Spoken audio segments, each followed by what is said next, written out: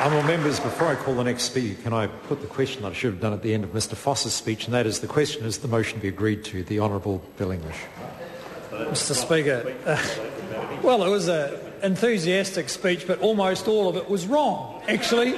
Just simply wrong in fact, let alone wrong in analysis. Mr Speaker, I think that speech just showed what the public know, which is that the Labour Party still don't understand the mess they made of the New Zealand economy, particularly from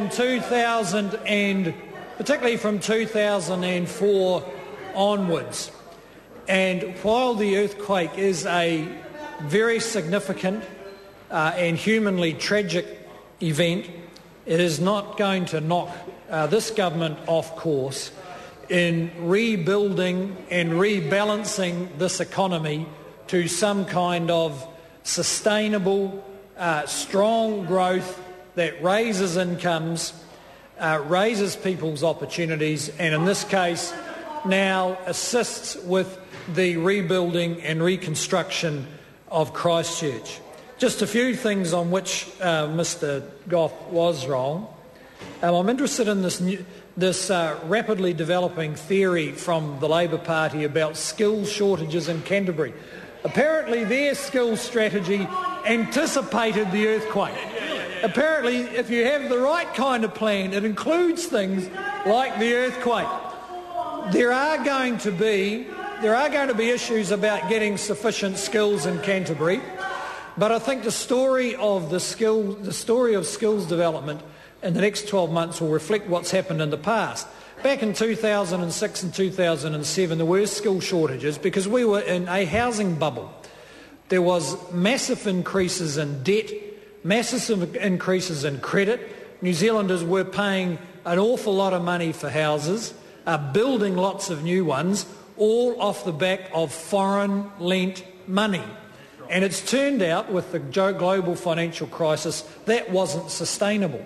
The building and construction industry then went into a fairly deep recession. It's been propped up by the investment of this government in long-term infrastructure projects. Some of our major companies have found that 90% of their work has been publicly funded work. We've committed billions to long-term infrastructure investment that has supported the maintenance of those skills. As it happens with the Christchurch earthquake, about now the reconstruction effort from the first one would have been taking off. It was pretty obvious there was spare capacity in the construction industry to pick up that effort.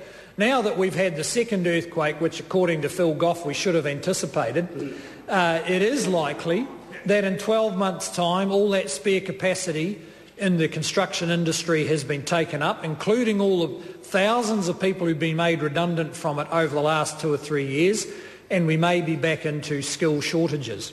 I might say again, as an illustration of the difference between governments, that with respect to industry training, the government has had a clean-up there, actually taken about 40 million out of it because there was thousands of people getting no skills from that scheme, put the money into other tertiary places and have actually maintained the number of people who are in skills training.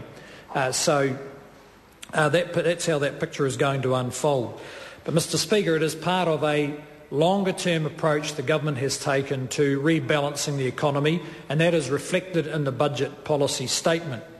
And I hope that the next Speaker for the Opposition will at least demonstrate an understanding of where this economy went off the rails, even if they'll continue to demonstrate Labor's inability to put together the kind of policies that are going to lead to sustainable and strong economic growth in a risky world. We've set out to rebalance the economy from growth that was based on fast increases in government spending and on excessive debt. That's what grew this economy, particularly from 2004 onwards. That's where the 200,000 new jobs came from, essentially government and the construction industry. As it happens, neither were sustainable.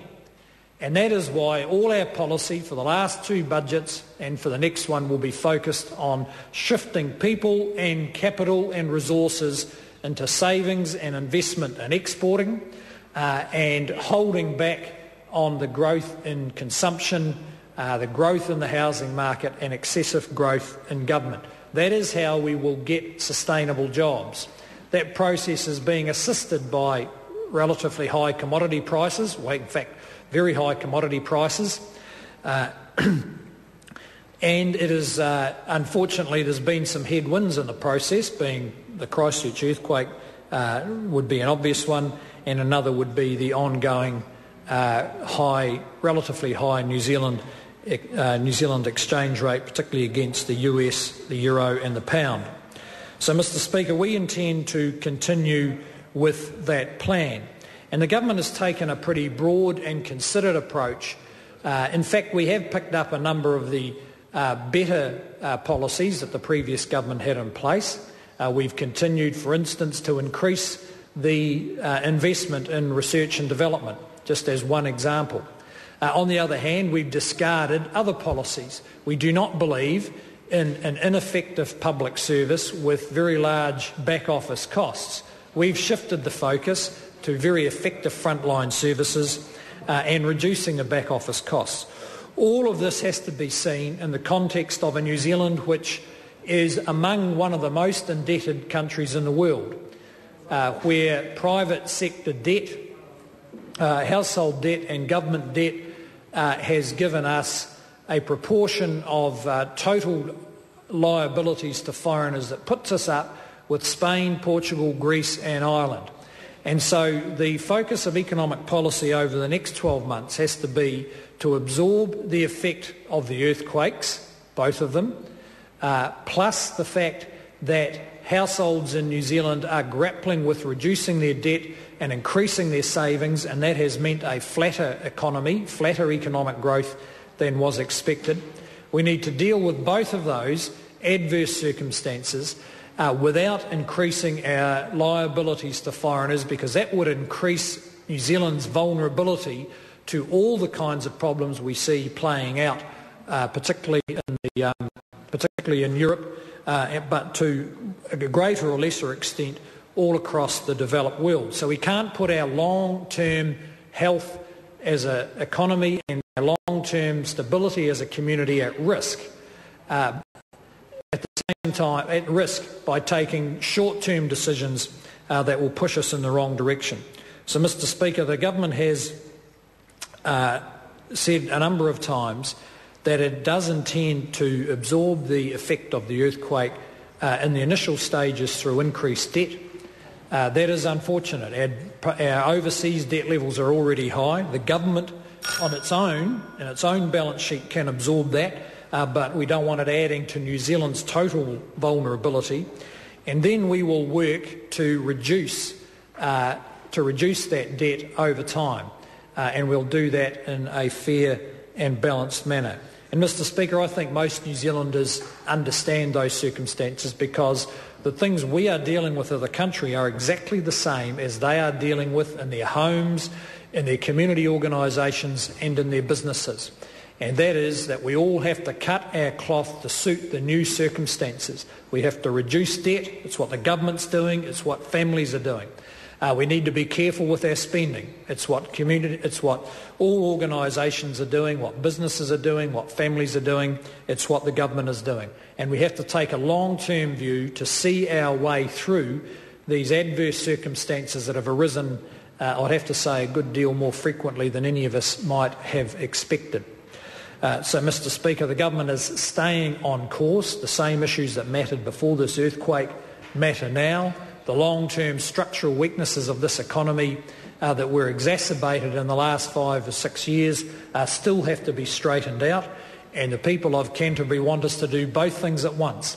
That is, support them in the short term, but also make sure that this is an economy where they and their children can rebuild their opportunities in the long term.